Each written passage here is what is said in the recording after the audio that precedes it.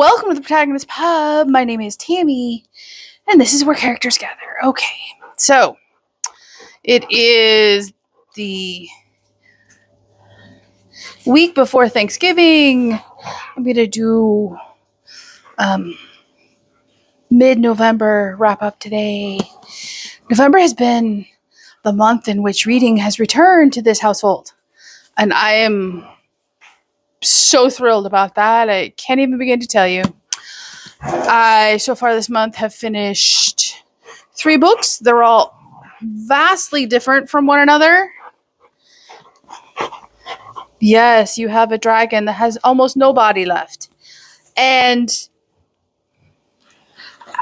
I've enjoyed every single one of them. So, let's talk about what they are. First up would be the only digital book on the completed list so far. That is The Fatima Secret by Peter Tanos. Believe it or not, the only reason I even knew this book existed is because it came across my Facebook feed. I don't go on Facebook a lot, and this popped up, and I was intrigued. It's on Kindle Unlimited. I picked it up on Kindle Unlimited. I started reading. I was so immersed immediately that I just flipped a switch and bought the book. This is a Catholic thriller, and it is a ride from the opening paragraphs to the end. I loved every minute of this book. I will say that I was deeply appreciative at the points in which in the book the author included a picture of something so that I didn't have to go and look it up, which I believe would be very helpful if you are not Catholic and you read this book. You can read this book as a non-Catholic and completely understand everything that is going on without a Catholic worldview and without any knowledge of the events in Fatima, Portugal in 1917. So,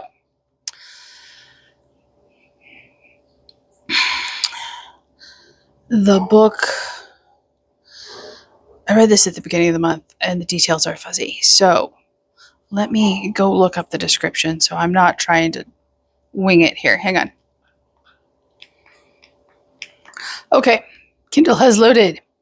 I will read you the description. By the way, the name of the book is actually The Secret of Fatima, not The Fatima Secret. Fireball, no, I don't want it right now. Go lay down. In a rundown neighborhood of Washington, D.C., Father Kevin Thrall works tirelessly to help the inner city kids he teaches and coaches on the basketball team. But he can't hide from his haunting military past because it put him on the Vatican's most wanted list. His stint as an Army Ranger, including a court-martial, makes him uniquely qualified to combat an imminent crisis that threatens the very core of the Catholic Church. Opus Mundi is a fanatical group of Catholics known for its deadly rituals and catastrophic worldview. Members believe that the church is being led by a false prophet whose reign will bring on major calamity, a world war or the apocalypse. Now their final plan has been put into action. To avert it, Father Thrall must solve a mystery linked to the mystical appearance of the Virgin Mary to a group of children in Fatima, Portugal in 1917. If he fails, the result could lead to the annihilation of the Catholic Church. Opus Mundi must be stopped by any means necessary. And Father Kevin Thrall, a priest who has proven he can rough it up with the best of them, is the Vatican's perfect weapon. Okay, so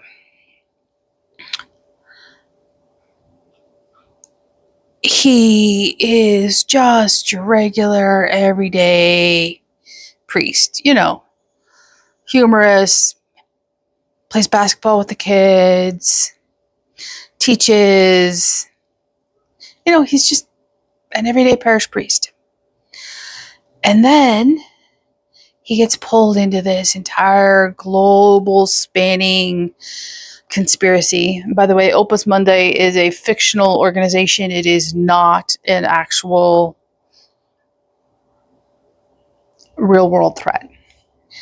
And this was just a joyful, suspenseful, hopeful, engaging read that I read in one sitting. Easy 5 stars. If the man had any other fiction, I would read it. All of his other published works are financial nonfiction, not my bailiwick in life. However, this was just glorious. Talks about the attempted assassination of Saint Pope Paul II, Pope John Paul II, excuse me, his forgiveness. It ties that into the, things going on presently in the book. It talks extensively about Fatima. Our priest in the book, Father Kevin, actually meets one of the Fatima children who is still alive during the course of the book.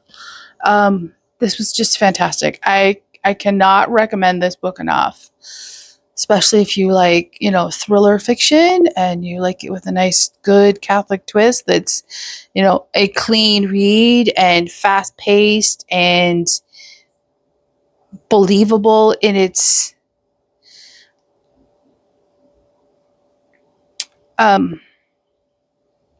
viewpoints. Everything about this book was just fantastic. So it is a high recommendation for me. So next up, I read Starship Troopers by Robert A. Heinlein. This is military science fiction. It was published in 1959. There is a 1990s era movie of the same name. They are not even remotely connected, even though they share a title and they, named some of the characters the same. That is, from what little I know about the movie, where all relationship to this book ends. So, what I was not expecting in military science fiction was a book of philosophy. And that is really what this is. And this is a highly controversial book in today's overcharged, everything is political climate, and it shouldn't be. So our protagonist is a young man who is, when he graduates high school, enlists in the military with his 2 best friends. Carl wants to be an engineer, and his female friend, whose name just flew out of my head, I believe it's Gwen, wants to be a pilot. So in this version of sci-fi, women make the best pilots. So it makes sense for her to do that. Johnny ends up in the military infantry, frontline soldier, and they eject from starships in individual pods onto planets to fight the bugs, who is, what we're currently at war with. And the only way you can vote in this system of government in this book is to be a citizen. And the only way you earn citizenship is through the military.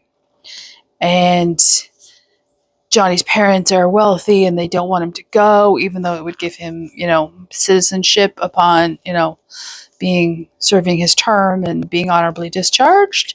But he does it anyway because he's kind of sort of pressured into it by his 2 best friends, and he ends up loving it. A large part of this book, a very, very large portion of this small book, it's 275 pages, is his experience in basic training. And basic training is not, the shortened version that we have today. Basic training in this book is brutal. It is long. It is probably, even though there is no timestamp on it, well over a year. I think something like 3/4 of his basic training class are, either drop out, are killed during the course of the events, or they wash out. And he makes it, and he deploys, and he then decides, when he's given the opportunity, to go to officer candidate school, which is much less detailed than basic training, but he goes. And this was just,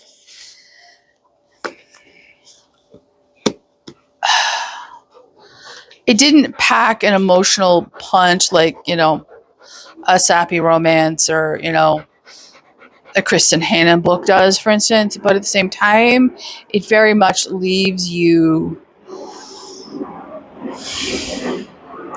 questioning things. And not in a bad way. I don't think there should be anything controversial about reading this book and saying you enjoyed this book. But then again, that is the climate in which we are struggling to survive these days. And in the course of this book, Johnny's mother is killed when the bugs attack Buenos Aires, and his first language is Spanish. English is the common language of the world. By the way, there's one world government in this book. And you learn at the end that Johnny is Filipino. He reunites with his father, who has joined the military after his wife's death. And, now they're both fighting to defeat the bugs. They briefly see each other. This was just, it made you think. It's one of those books that just sits there and percolates in the back of your mind. And despite the tragedy that the Hugo Awards have become, this did win a Hugo Award when it was published. And I understand why. This is an incredibly thought-provoking, incredibly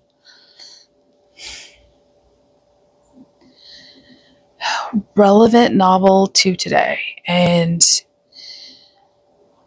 I loved it. And I'm excited to read my next Heinlein. And I have no problem saying I love this publicly. Absolutely none. So, okay. What else have I finished? And for something completely different, I have finished the Marian Option, A God's Solution to a Civilization in Crisis by Carrie Guess. This was the first book for the In Memoriam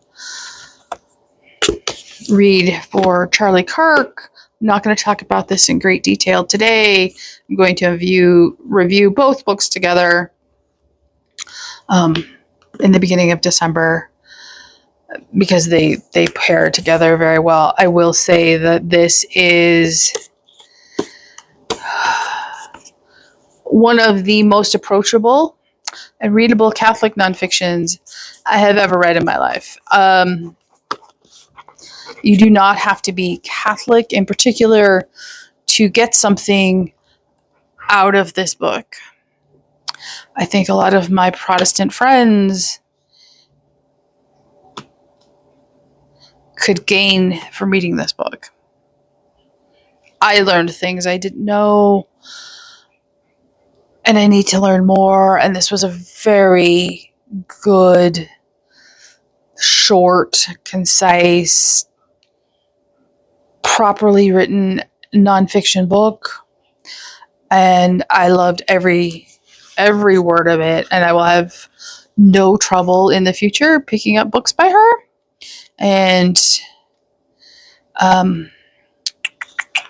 all told, it is 204 pages. If you have not read this, I highly, highly recommend picking this up. Okay, so what am I reading now? I currently have 2 fantasy books in process. One was an impulse pickup. One appeared in my November pile of possibilities. They are polar opposites of one another. One is a coming-of-age story with characters in their 20s and still in college and green and, working their way through life as it goes. And the other is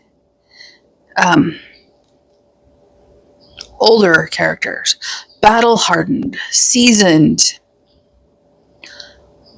no sci-fi element, grim dark, lots of swearing. There's no swearing in the other one. There's swearing in one. They're just polar opposites. There's a romance, being hinted at one.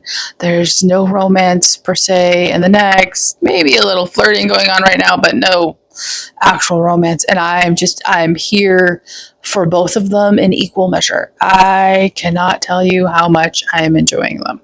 So let's do the grimdark first, since the other one is having trouble pulling up on my Kindle at the moment. Hang on. Okay, Grimdark is The Blade Itself by Joe Abercrombie. This is the first book in the First Law trilogy. I have, since I started this, picked up the remaining 2, and I paid full price for both of those, but I got this one from the library bookshop for $1, and I'm not at all sad about that. Really, really, really not sad about that. So this is told from multiple perspectives. It is definitely a sword, and there's been a little sorcery going on in this one. There is plenty of humor. There is world building. Like the first 200 plus pages are all world building. Some action, but not a significant amount. I think the action is going to happen in the next 300 and odd pages. I am so here for this book. I love the characters. I love the world that's being constructed. I love the brutality. I love the morally gray characters that this book is absolutely littered with. From, our grizzled war veteran who only has 9 fingers to our, privileged noble son that's, trying to win a duel in the capital. Everything about this book so far has just got me engrossed. And I cannot wait to finish it. And hopefully I finish it this week. I want to finish both these books this week, because I cannot not know. The best sign for me is that I need to know. So the second fantasy book is Cities of Smoke and Starlight. I own this on my Kindle. It is available on Kindle Unlimited. It is the first book in the Gate Chronicles trilogy. All of the books are available on Kindle Unlimited. And this is by Allie Ernst. A, I love the cover, and B, I love this book. So I'm going to read you the back. 2 tortured souls, one world on the brink of war. Case Shockley is an embittered hover pilot, still reeling from the night his sister died in his arms. He's a screw-up in every sense. So when a pilot nearly dies on his watch, he faces serious charges. Seeking to clear his name, he flies a ragtag crew to a lost and dangerous island from which they might never return. If only he didn't have to work with the infuriating bookshop girl who insulted him with Shakespeare. Haley Walker, top scholar at the university, is jaded by the glittering society she's always dreamed of joining. Raised in the mountains, she fled to the city to forget her painful past. When she loses her bookshop job and the promise of school tuition, she agrees to a top-secret government mission, if only for the promised substantial sum upon her return. Now, if she could just ignore the ungrateful, arrogant prat of a pilot. In a world of hover ships and crumbling first Earth artifacts, it's up to Hallie and Case to accomplish the impossible. Secure an alliance with an elusive mystical race to help defend against a kingdom with dangerous technology and ancient magic. If they fail, the war will be lost before it even begins. So, the entire backstory premise of this world is that humans had to leave Earth, and they have since populated this planet, and they brought with them and left behind relics. One of those relics is obviously Shakespeare, and another one is the Odyssey by Homer, and I am loving the inclusion of Homer and Odysseus in this book. The Shakespeare insults I'm there for. I love the banter between Kate and Case, or Hallie and Case. All of it. I love the tension between them.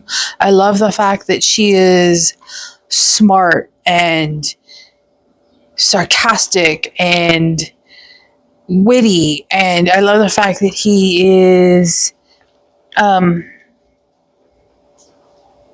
emotionally scarred. I don't love the fact that he had to lose his sister to get to that point, but this is a male character who is far from perfect. He is arrogant and self-centered and has trouble seeing past his own imperfections, but at the same time, there's something uniquely human about him, and there's something so representative of a normal male at his age. He's roughly 23 to 25. She's roughly 21. Much younger characters than I normally enjoy reading about at this point in my life. And yet, I am loving this book. Their sense of honor and duty to their crewmates, their interaction, all of it. I am roughly halfway through. Oh, I cannot wait. I'm going to buy the other two and read those. I'm probably going to read them in conjunction with the other two remaining books of the First Law trilogy. They make great juxtapositions to one another.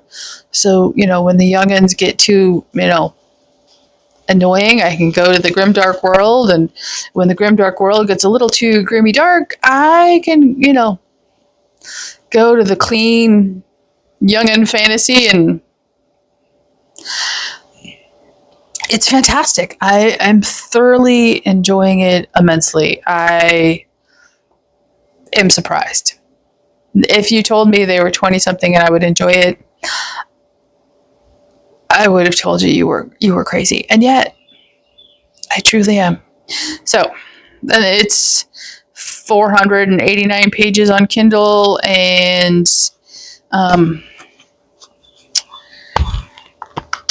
the other one is roughly 500. Yeah, like 525. Perfect length for me. The world building in both books is fantastic. The characters are fantastic. I'm engaged in both. My love of reading is back, and I am so looking forward to it. So, I have other books in process too, but these are the ones I'm most invested in right now. So, What are you guys reading? Let me know in the comments down below. Like and subscribe. And I will see you here next time at the Protagonist Pub.